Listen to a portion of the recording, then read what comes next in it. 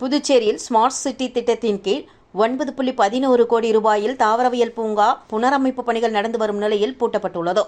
பூங்கா எப்பொழுது திறக்கப்படும் என்று பொதுமக்கள் மற்றும் சுற்றுலா பயணிகள் கேள்வி எழுப்பியுள்ளனர். இதற்கு அதிகாரிகள் தரப்பில் பதில் அளித்துள்ளனர். புதுச்சேரி பழைய பேருந்து நிலையம் அருகே தாவரவியல் பூங்கா 1826ஆம் ஆண்டு அமைக்கப்பட்டது. இது இந்தியாவின் தலைசிறந்த பூங்காக்களில் ஒன்று. குழந்தைகளுக்கு இயற்கையை புரிய வைக்க சிறந்த இடமாகவும் தாவரவியல் பூங்கா விளங்குகிறது.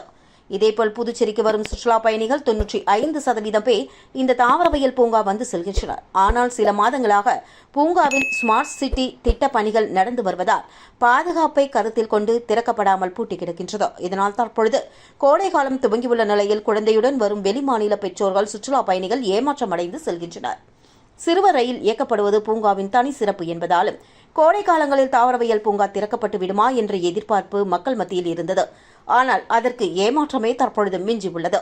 இதுகுறித்து தாவரவியல் பூங்கா அதிகாரிகளிடம் கேட்டபொழுது தாவரவியல் பூங்காவில் ஸ்மார்ட் சிட்டி திட்டத்தின் கீழ் மேம்பாட்டு பணிகள் துவங்கி நடந்து வரும் நிலையில் 9.11 கோடி ரூபாய் ஒதுக்கீடு செய்யப்பட்டுள்ளது என்றும் மத்திய அரசின் நிறுவனமான என்பிசிசி இந்திய லிமிடெட் நிறுவனத்திற்கு பணி ஆணைகள் வழங்கப்பட்டுள்ளது என்றும் தாவரவியல் பூங்காவில் நுழைவு வளைவை புதுப்பித்தல், டிக்கெட் கவுண்டர்கள் மற்றும் கழிவறைகளை புனரமைத்தல், வெளிப்புற ஜாக்கிங் டிராக், கண்ணாடி மாளிகை, புதிர் தோட்டம், செல்ஃபி பாயிண்ட் வரை வரைபடத்துடன் கூடிய சைகை பலகைகள் ஆகியவை அடங்கும் என்றும் தாவரவியல் பூங்கா பணிகள் விரைவில் முடிந்து ஜூன் மாதம் புது பொலிவுடன் தயாராகிவிடும் என்றும் அதுவரை பாதுகாப்பு கருதி பூங்கா திறக்கப்படாது என்றும் அதிகாரிகள் விளக்கம் அளித்துள்ளனர்.